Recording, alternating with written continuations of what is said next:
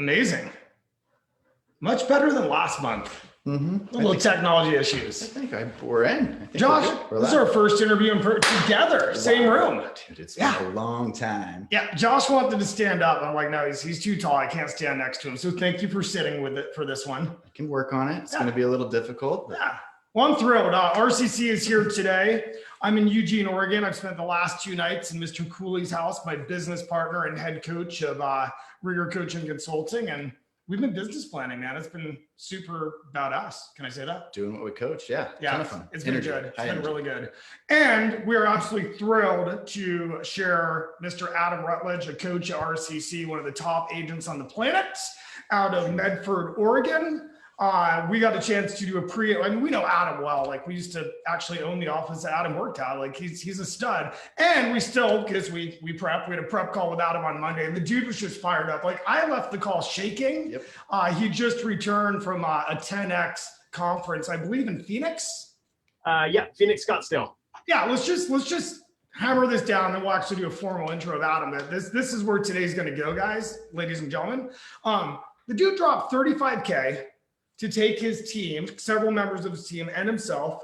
And that was just the ticket price. That include travel, lodging, food, entertainment in between. $35K to go and spend 2 or 3 days with some of the most successful business owners on the planet from all walks of life, all sorts of businesses. I heard he was sitting front row, and yeah, he just came back just jacked up with energy and ideas. Yep. And we're going to dive deep in those today. So before we get started, Adam, who are you? What's your dealio? What do you do for a living? How many kids do you have? Perfect. Who am I? You know, I've been exploring who I am for years. Not yet found myself. No. How's that going? Real estate broker now, graduated with a finance degree from college 2007, started a construction company with my dad. That didn't go so well. The way I got through college was I managed coffee shops. I used to work for Dutch Brothers. So I knew some people that had a failed franchise. So moved to Salem, purchased a failed franchise. And back in 2010, when I did that, 2 + 2 did not equal 4. Like, you couldn't, I'm sure you guys remember, it was just a weird economic time. So that's failing. I called my real estate agent because at the time I owned a duplex in Medford and I was living up in Salem. And I said, hey, I need to sell my duplex. I need the cash. My coffee shop's killing me. What is it worth? Like, we need to sell it. She laughed at me and said, a heck of a lot less than you paid for it. Why don't you move your ass back down here and become a real estate agent? And I said, well, okay. So I trained my business partner how to run a coffee shop and jammed down to Medford, started selling in 2011. And then lo and behold, as the economy started coming back, 2012, 2013, coffee shops started making money. All of a sudden, contractors could make, $10 an hour again. And we've spooled up to having construction development company, multiple coffee shops, a gym, and then a 12-person real estate team. So full-time real estate now, married since 2012, and I have a 2.5-year-old daughter. That was very succinct, Adam. When did you buy a gym? Well, we bought the building in August of last year of 2020. So that was like right as we were starting to tighten back up with like the re-shutdown. There's like that's when it hit. May, June, July, like But we saw an opportunity, and the opportunity is to go against the grain, right? You don't want to be, there used to be the analogy about lemmings. They all run off a cliff together. So I've always been counter, right? Be fearful when people are greedy and be greedy when people are fearful. And I saw an opportunity in the fitness space where is people are shutting down and they're running out of energy. They've been fighting, trying to stay open or pay their bills. That there's a good opportunity for us. So we buy the building. We started the renovation in September. We finished it in January, and we opened officially March 1st of this year. So you opened a gym during a pandemic when people can't go to gyms. It's like you want to fail, Adam. You're taking this way too seriously, man. Oh, God. I love that. It's awesome, man. Others are struggling, and you're seeing an opportunity. Congratulations. Yes. All right, man. What do you want to ask him? Everything. So 10X, you came back totally on fire and learned quite a bit. So let's talk about 2 or 3 of those things that you've already implemented. So you were there last weekend and got back to Med for what, like midnight Sunday night? Yeah, I got in trouble for that. So I have, I'm definitely a shoot first, ask questions later. So we've got that. I'm texting my wife, hey, I've got this thing, April 1st to the 3rd. She's like, okay, done, book, bang. I booked the airline tickets for okay. Sorry, keep going. Oh yeah, I don't think she knows that. Don't tell her. Perfect. And so the 2 people that are coming with me, they get first class tickets. I book mine. The money spent. The hotel is booked, and then I realize it's Easter Sunday. Oh snap! So the takeaway there is alignment, and that's also one of the things. There we go.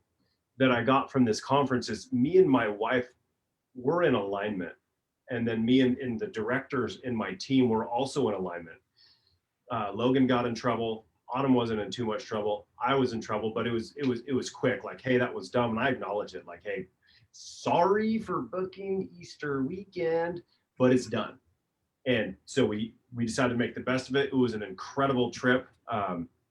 You're 8 a.m. to 8 p.m. All day Friday, and then all day Saturday. And then we flew out Sunday afternoon after kind of downloading it. Got back Sunday night, and now we all owe our significant others some favors. Yes, yeah. So outside of the favors, and it sounds like you're going to Sun River tomorrow, and also got in trouble for that. So there seems to be a theme here. Adam's like scheduling listing appointments for tomorrow, and his wife's like, "No, we're leaving town tomorrow." Top takeaways from 10X. I would say number one is KPIs. I had not heard that term until I went to this conference. So KPI is a key performance indicator, right? Okay. In my world, there's nothing worse than a salesperson that thinks they're doing well, but actually are not. And you can measure their performance against your standard using KPIs. So on our sales team, we've begun to implement the CAP. So we meet every morning at 9:05 to 9:35. And the first thing we do is we go over wins, and we've inserted the KPIs. So C in the CAP is contacts, A is appointments, and P is pendings. We measure that every day. How many contacts did you have? How many appointments did you go on? And how many accepted offers do you have? And then we're tracking that, just simple CAP every day. And pretty soon you see statistics start to build, and you can graph that, and you can start to spot trends. The highest productive people are doing this. The least productive people are doing that. And now, instead of me saying, oh, I worked really hard last week, contacts had no appointments, had no pendings, right? The KPI is what you're measuring, not how hard you worked, but it's a productivity measure. So that was the number one takeaway. That's awesome. Well, and there's another takeaway that was quietly just shared is that you meet with your team every day from 9:05 to 9:35. Yes. That's a takeaway. That's leadership. That's accountability. That's setting the standard of, hey, looking at what did we accomplish yesterday and what are our goals today? That's a takeaway in its own as well. And the KPI is just brilliant. Those are the metrics, right? It's how many calls, how many appointments, and how many pendings. Do you guys count calls as like calls just like ring, Adam, it's Reger? I mean, are calls now in the world, well, it's 2021. Like, could be a Facebook message that gets responded to? Can it be a text message that creates a text conversation, or is it literally calls? And I don't care, I'm curious. So we go contacts. So that is a two-way conversation about real estate with someone that you haven't talked to about real estate before. Right? Because I could easily call all of my current buyers and get a bunch of contacts. Now, it could be a contact if I ask for a current client referral. Hey, we're in a transaction. You're talking about real estate. Who do you know? That's a contact. But if it's like, hey, the inspector will be here at 4:00 tomorrow, that's not a contact. So two-way communication could be text, email, whatever, with a new person or a person that has the possibility of getting you business you haven't spoken with before. So Josh is a lead in my database, or as we talk about at RCC for my buddy Lance Loken at my data bank. So Josh is the lead in my data bank, and I call Josh. It's like ring, hey Josh, it's Craig Reger, ABC Real Estate. Do you want to buy or sell a house this spring? Market's on fire. And he tells me to go and screw myself. Because that happens sometimes. That is a contact though, correct? Contact. Yep, 100%. Awesome. Awesome. So that's what you're tracking. That's the first metric, your KPIs is contacts, appointments, pendings. Yep. What's that? That's good. Something proximity. This was my takeaway from you when we talked. And it's like, okay, brand new concept. Go ahead. Yeah. So proximity is power. The guy I got into proximity with, we actually talked about this. So in our sales meeting this morning, we talked about the 4 levels of action that people typically take. So the first one's none. The second one is retreat, right? That's when you're about to call or you're about to introduce yourself to the stranger and then you don't. And then the third level is average, which is where you go to die because you're comfortable. And then the fourth one is where you need to be, which is massive action. So I see this guy at the conference. There's 38 of us in this room. We've each paid $35,000 to be there, right? So that's a filter in itself. Like everyone watching, are you willing to spend $35,000 and invest in yourself? That's a commitment. Like, we're not drinking the night before. We're waking up, we're working out, we're dressed, we're early, right? Because that money creates the commitment. So I'm at this thing and this guy walks in. He's worth $150 million. Name's Brian. And he's got his posse. They roll up in this black Escalade and there's like 5 of them that roll out of this thing. They're all huge players in the real estate space in Arizona. And the Arizona market's very large. So Maricopa County, average sales price in Scottsdale where we were is like 1.2 million. So I'm intimidated. So I went up to chat with these guys and I retreated at first. And then later, it was like at a lunch break and I just went and sat down to him, said, hey, my name's Adam. I'm from, what's your story? And we hit it off immediately. And one of the things we talked about that has been powerful for him is his proximity to power. He is a good friend of the Cardones. And if anyone knows the Cardones, I don't know if they're billionaires yet, but they're darn close. And they're the ones that hosted this event. And he had talked about how just being in proximity to them had changed it. Similar to, right, in the old days, you had the king and you had like the princes and they had their little fiefdom. And if you were in the clique, if you were in proximity to this power, you lacked nothing. Even if you weren't productive, just that being known by these people, being in communication with them, things happen because they have connections that we don't have. And so I experienced that at a very high level this past weekend.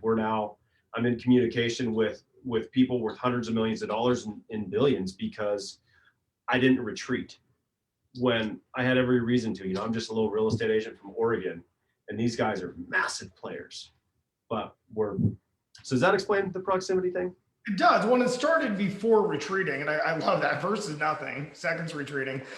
First is you put yourself in that proximity by writing a tremendously large paycheck. Second, because you're such a caring, and I really don't like the word leader, but you are a caring leader that wants that seeks out the growth of the people in your organization. You brought them, and then you found yourself in that room, and what went from retreat, you mustered up the courage by lunchtime and sat down.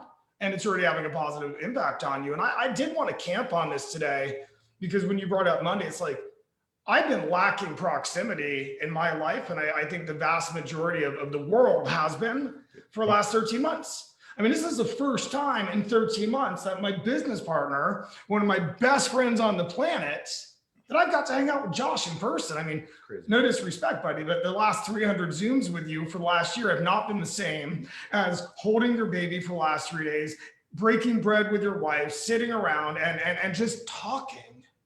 And that's a proximity that I missed. Right. So when you brought it up, Adam, it just reminded me, and I wanted to share with everybody what proximity. First off, there's a group of us, you're very high in that group, that seek out proximity.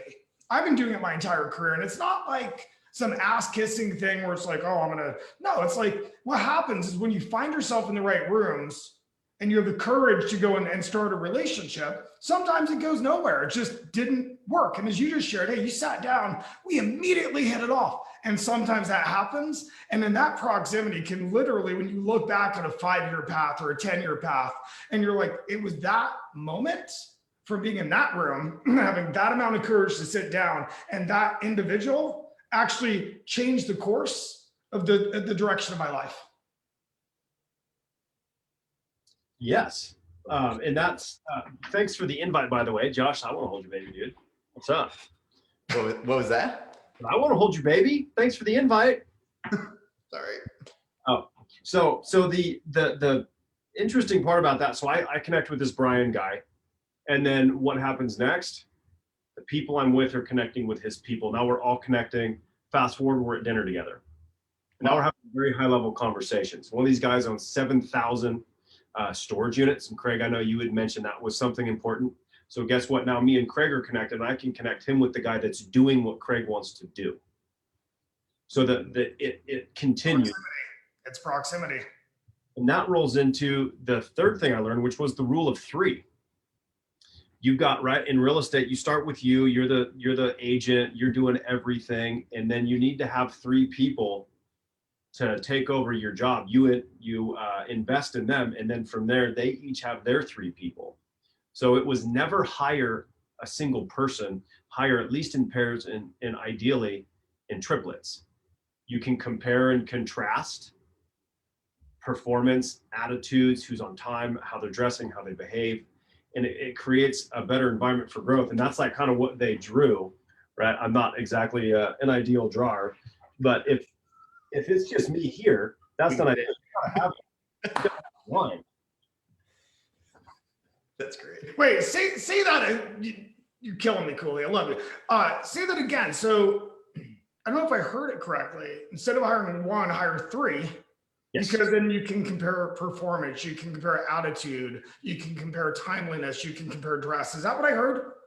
Yes. So wait, I hire 1 person and I work my butt off, getting them trained, getting them into productivity, making sure they're in culture. Guess what happens a lot of the time? Something cracks. It just wasn't a cultural fit, a productivity fit. You hire 3 and now you've got you can streamline training. Yeah. But then you have a basis of, hey, who's rising? Who's showing up? You have a comparison on the field. What happens in that situation is you have context, but you also have contrast. Right now you can see them in the environment, and you can contrast them to each other, like dark and light, hot and cold. That's contrast. So you can measure. If you hire 1 person, are they doing well for day 3? I don't know. Let's see. How did I do on my 3rd day? Well, how did my last hire do? You get that contrast in the proper context. And all for growth, right? I mean, all for growth. And if you're going to say it once, you might as well say it to 3 people instead of 1. Yeah. Well, yeah. Lost my train of thought. I'm crushing it. Well, it's so freaking. Well, I'm back. I got it. Adam, how much, right? If you hire 3 sales agents today for your organization, how much does that cost you out of pocket for them to join your brokerage? Not enough for me to count. Yeah, like dollars. Like you probably have some silly fee of like $50 an agent a month or something, right? Yeah. So we do onboarding. I provide laptops for all my people. We run ads. When people Google their name, it shows up how we want them to show up on the Google. So I'd say probably $500 to $750 to onboard them, and then about $1,000 a month. Okay. Because we provide a very, very high level of support for our people. It kind of makes me want to join your team. That's amazing. And bottom line, your words is not enough to count. So it's not like an admin that you're dropping $5,000, $6,000, $7,000 a month on. This is, it's a minimal expense. A lot of that expense is actually helping them get into productivity faster. So yeah. I only camp on this because so often we're so afraid to hire because of the expense. Moral of the story is, dude, you can bring on 3 sales agents for virtually $0. Well, and back up, Coach Brain exploded. Let's go back to his foundation, right? And you got a story I know you want to share, Adam. But Adam, since we met him, always said, how do I improve my service? How do I improve the training for my agents? How do I create a system out of it? Say, read this book, talk to this person, and then he did it, right? So when we're talking about flipping the lever right now, where Adam goes and hires 3 people, not everyone's at that stage in their business right now. But what he did right is he built a foundation strong enough that he can go do that. And so I'm just hearing a different perspective. We're talking about this like hiring 3 people super easy. It is, right? Because he's done the other steps for the last 4 or 5 years to get there. So I just want to throw that in. Good point. Yep. Froze. So talking about foundation. Yep, foundation. You had a great analogy. Oh, my favorite. This is good. I learned this one. You guys ready? Yeah. Okay.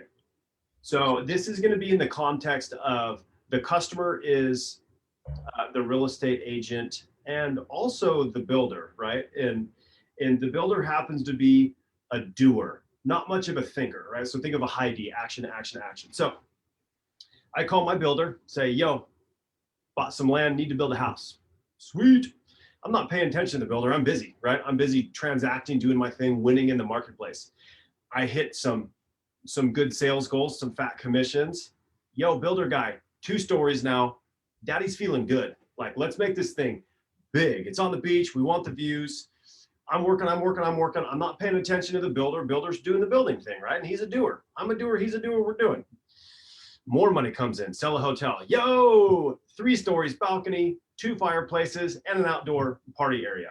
And by the way, if you do a good job, you're invited to my housewarming party. So he's done building. This place is beautiful. I bring my 50 favorite people for this housewarming party, including the builder. Building collapses and kills everybody. That's sad. Yeah, and here's the reason why. There wasn't an engineer, architect, design professional involved in the build. It was 2 doers, and that's very much what happens in the real estate world, right? You get your license, you're pretty good, you're well connected, you start cracking deals. You're doing. And then you hire someone. And then you hire someone. You're all doing, but no one's really thinking. And that's honestly where a coach comes into play. The coach is the engineer. It's like, whoa, hold on. We can go 2 stories, but this is a 6-inch stem wall, and a 2-story stem wall needs to be 8 inches to be structurally strong enough to support that second load, right? Okay, you want to go 3 stories? We can do that, but we may have to deconstruct down to the 1st story, make those walls bigger, that concrete bigger, right? Because we don't want to go 2x4s all the way down, because the thing will collapse, and that collapse can be catastrophic and make you want to get out of the business. So that's my. It's so true. I mean, how many times we've seen over the years, one of the reasons we started a coaching company, right, guys, is we see these phenomenal human beings, phenomenal doers. Yep. And they go out and they build something extraordinary. And at some companies, they get up on stages and it's like, they're rad. And they are rad. And then what happens is like 7 months later, guess what? There's not a lot of promotion on this. Like 7 months later, their entire world collapses. Yep. And it's like, right, their entire business world collapses. And it's a really, really brilliant analogy. Thank you, Adam. And to that end, those people on stages, so we call gross commission vanity, but profit is sanity. Because you could very easily, hey man, this guy did 5 million in GCI. Scroll to the bottom line. What do you take home? Because profit is sanity. So it's not just, about some huge volume that you're like a hamster on a wheel. You got to hit that profit. You got to know your numbers. And a lot of people don't. Right. Well, you're a business owner. I mean, you've made the step to business owner, and that's probably the toughest step of all. The 4 quadrants is going from doer, being in the business, to actually running a business. And clearly you've done that in multiple industries even. Well, and I'd also add to what Adam said, profit is sanity, and so is balance. What I mean by that, like I might choose as a business owner, but I do know my numbers. In one of my businesses, I might choose to have a lower profit margin, but that business might be more leveraged than me actually doing things inside of it on a consistent basis. And then that balance can give me the ability to enjoy my wife or my kids, or that balance can give me the ability to go and open 5 coffee shops or to start a gym. Does that make sense? So profit is critical, and the amount of profit should in many cases be in direct proportion to how involved you are in that business and what that business is allowing you to do outside of that business. 100%. But bottom line, we already know it. We just had a coaching call right before you, Adam. She's probably on this now. One of the highest grossing agents on the planet, like just awesome. And she's been coaching with Mr. Cooley himself for the last 6 or 7 weeks. And I got a chance to catch up with her today with Josh. She goes, man, it wasn't really my style. And Josh made me go through my numbers. And it turned out I can streamline. I mean, she was throwing out numbers like 150, 200,000. She's like, I can streamline expenses. I was like, wow. So coaching with Josh for 6 weeks and now knowing your numbers is you're seeing 150, 200,000 throughout your entire P&L that you could streamline. Like, I'd say that was a pretty good return for her. I think so. You just started too. Yeah, pretty cool. Maybe. That's amazing. What else you got for us, Adam?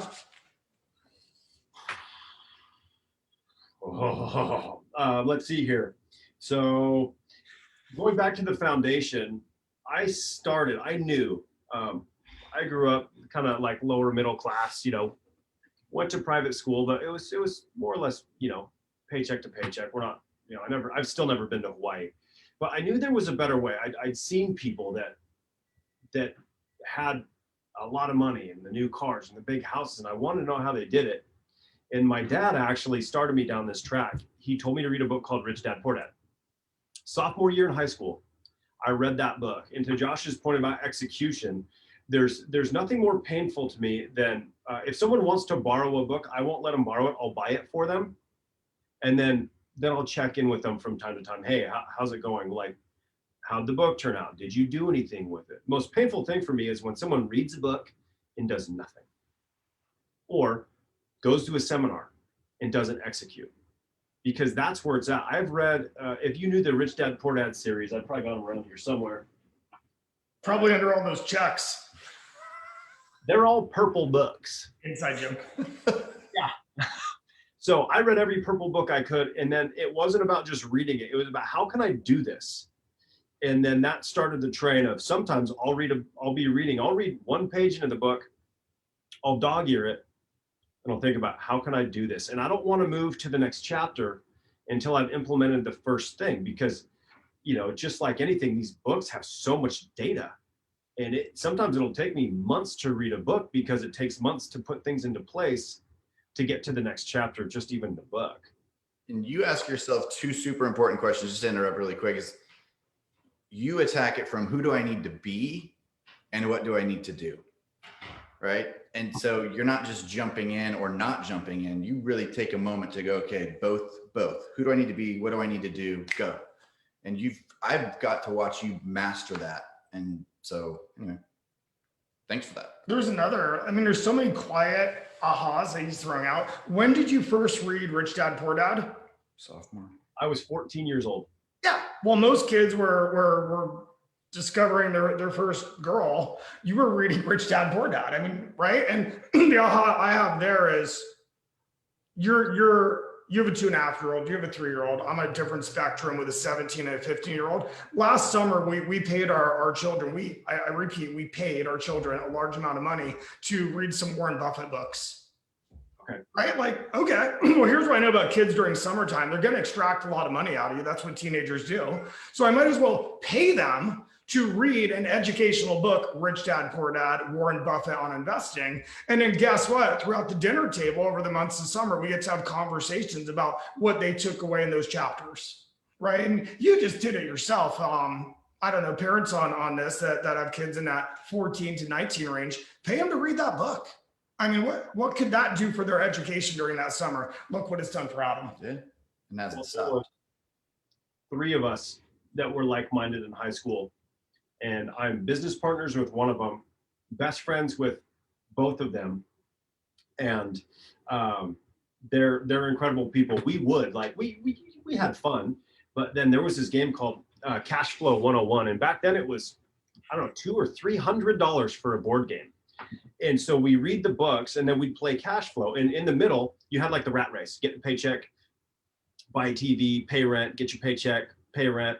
And the only way to get out of the rat race was to have your passive income exceed your monthly expenses. So you no longer had to work for money, but money worked for you, right? So we were all about buying as many rentals in this game as we could. The rentals each made $200 a month. So you had 10 rentals, $2,000, covered your expenses, boom. Then you could go buy a pizza shop. And then you go buy these other businesses, and that was called the fast track. And so we were in proximity with each other in high school. We all kind of came from the same economic background and just saw that there was a better way. And all of us have literally done that game for our lives. How do I stop having to work, pay my mortgage, to work to pay my rent? And it was these books that started when we were 14, and we did something about it. So good. Wow. By that game. Insane. Remember that. We could stop here. We should stop here. This is insane. And I mean, like, if our audience isn't getting something out of this, we got the wrong audience. Like, I guess. It's incredible. Let's just briefly switch gears. I'm just not even sure where to go. This is so insane. But I do want to talk about, you got the real estate business. You have approximately 60 escrows right now. Doesn't suck. In a small market, Medford, Oregon. So we're not talking about where you're just saying in Phoenix, Arizona with 20 billion people. You're in Medford, Oregon with 60 escrows. You know what's crazy? Our last 2 Icon interviews have been the top agents on the planet, both out of Medford, Oregon. Like between these 2 guys, they probably do like 70% of the production in the entire city. That was, of course, Mr. Jake Rockwell with EXP about a month ago today. Adam, can you give our audience a couple takeaways? Like, what do you do with your database, or what do you do with that CAP conversation in the morning? Who are your agents calling? How do you get 60 escrows? Talk to us. Okay, so that's all foundational. So it goes back to our core values, and we have just implemented these like physically where everyone has to memorize them, but they've been in place for a long time. Inspiration. So you have to be inspirational. You need to be disciplined. You have to have accountability. I'm transparent. You want to know how much we're spending every month? I will tell you, because it's important to be transparent. Everyone in the team's in alignment, and results. Because without results, you don't have a business. So everything we do runs through those 6 core values that we have. And then out of that comes consistency, right? So every day we're tracking our numbers. Every day we meet. Every day we train. It blew my mind when I got into real estate sales and there was no sales training. I'm not talking about how to write a contract. I'm talking about what's an objection, how to validate an objection, the importance of agreement, right? If you're not agreeing with your client, you're arguing with them, you will never get an agreement. And so we train every day, we meet every day, we practice and role play every day. And that's all done in 30 minutes from 9:05 to 9:35. So that's massive consistency. And we touch our files twice a week. We have an all team success meeting every day. And then Tuesdays and Fridays, we go through our digital whiteboard and make sure. Craig, I remember you had a story about this that I thought it was horrific. And then it happened to me. You listed a property and it never hit the market. Oh yeah, I did do that. That coaching from you made me implement my whiteboard system to where every time we have a listing come up, it's on the board and we talk about it on Tuesdays and Fridays. That's the sauce. Just consistent activities over a long period of time creates just an insane trajectory. There's actually people out there that think if you've got a big business, customer service goes down. And what people like Adam and Josh and many in our coaching world prove is that customer service goes up. When you're doing a small amount of business, yeah, you're very hands-on and you have a high real estate IQ, so you're seeing ahead. But there's really, as we've already been discussing this whole call, there's no systems in place. When you start building a massive business and you care about the client experience and you build that stable foundation with that great analogy Adam gave us, is that you've got insanely organized, incredible, consistent systems in place that ensure a great experience for the buyer, the seller, the co-op agent, the title rep, the lender, and everybody involved. So how do you get the 60, right? So those are good metrics. I'm doing 20 closings this year, Adam, and I'd love to have 60 escrows at once. What's the one thing I should do? We start at the granular level, the nitty-gritty details. What's your morning routine like? Like, are you showing up to work consistently? What's your evening routine like? Are you planning your day before the day starts? Like, my wife right now is smiling. Adam, my wife, who's my business partner, is smiling because she preaches this to our team every day. We can tell in the morning, by the way, whether or not they took that advice. Like before you go to bed, look at your schedule, look at your agenda and prep. And by the way, you should do that a few hours before you go to bed, so you know when to go to bed. Sorry to interrupt, but she's smiling right now. Amory, Adams, for you. So every morning, like this is what people need to have. This is my schedule. This is my Google Calendar, and we have redundancies. God forbid my computer doesn't turn on. It's printed. I know what I'm doing. Can we get a copy of that? And for anybody that messages me, we'll send it out to them. Is that cool, Adam? Yeah, for my calendar? Well, just a blank copy of it, yeah. And you've done that for years. I remember being in the market center, walking through it and being like, is that really a paper calendar? And you're like, yeah, every day. iPad. And then I file it. I file every single day, because sometimes if you're a busy real estate agent, you write someone's info on the back of it, or you make notes during the appointment in it. And now these are all my calendars for the year, you know, so I can go, this is January 4th. I got notes on it, doing photos. Someone gave me 5,000 cash. Winning.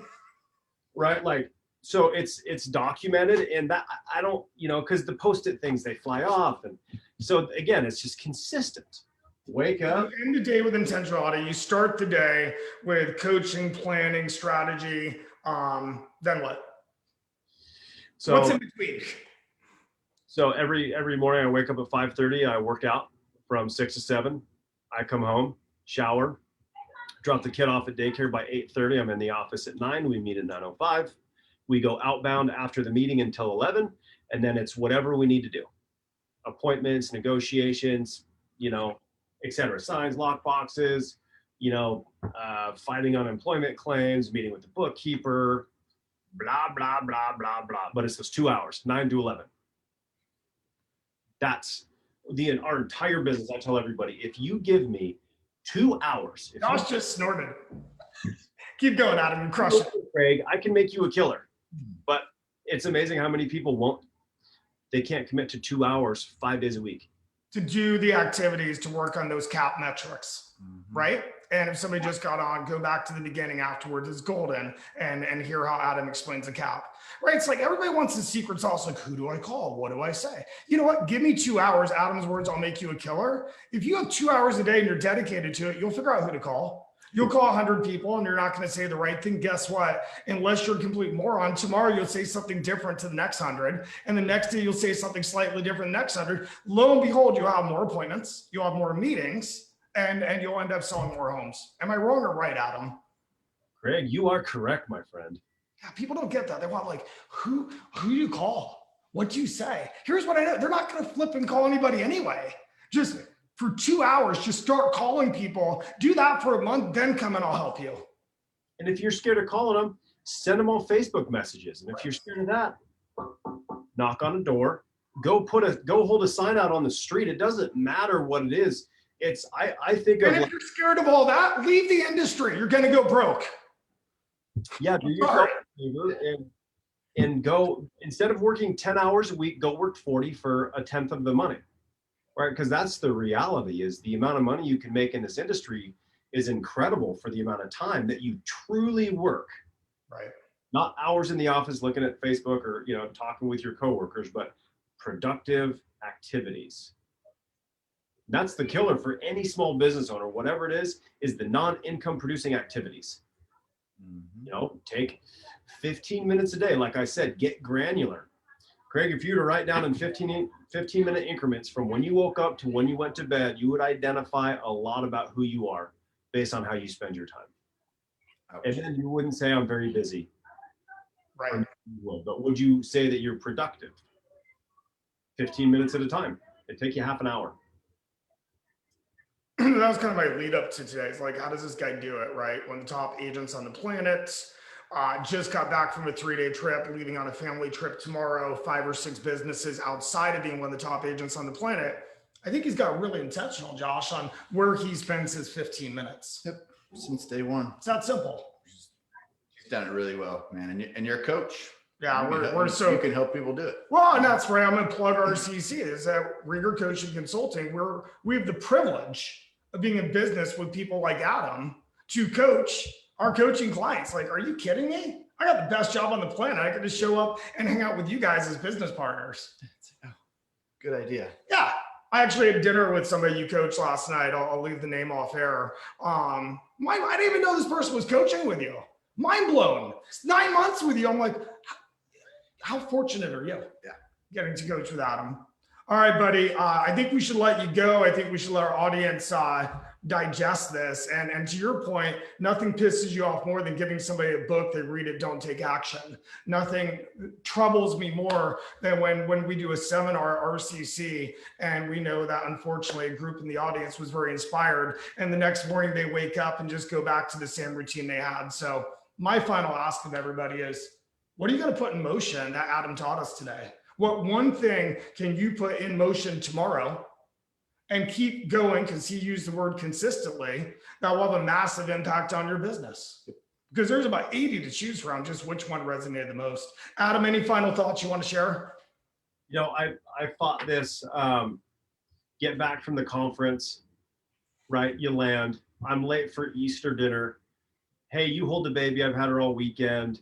You know, you're putting her to bed, wake up, got to hit the gym. Like life hits you like a ton of bricks. You come off of a meeting like this, you got these takeaways. It's like, it's here, right?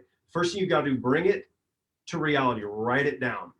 Like, my intention is to blank, and then tell someone about it, right? Hey, so we're meeting tomorrow morning because we got thrown for a loop this week, been crazy coming off, but now the three of us that went, rule of three, are meeting tomorrow morning before I leave for my trip. And we're going to do what are the 6 things that we want to do. The first one, the second one, the third one, and then how are we going to do it? Otherwise, it's just a really fun, entertaining trip. And this was a fun call. But set the intention, write it down, and tell someone for accountability. Right on. So good. All right, we're going to end with this.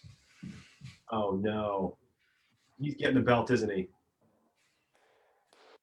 You guys see that? RCC, listing champion. Cooley's been hiding this from all of us for like 6 months. So Adam, I'm challenging you and Cooley starting on May 1st to another listing challenge. Any of our audience wants to jump in on that, we'll send you the belt. So Adam will talk more about that. Dude, you already, look, he's writing it down. It's like Jay Vaughn, Josh. He's already making a plan. Yes. All right. I would appreciate you, brother. Hey, Cooley, great job. All right, take care, everyone. Have a great day.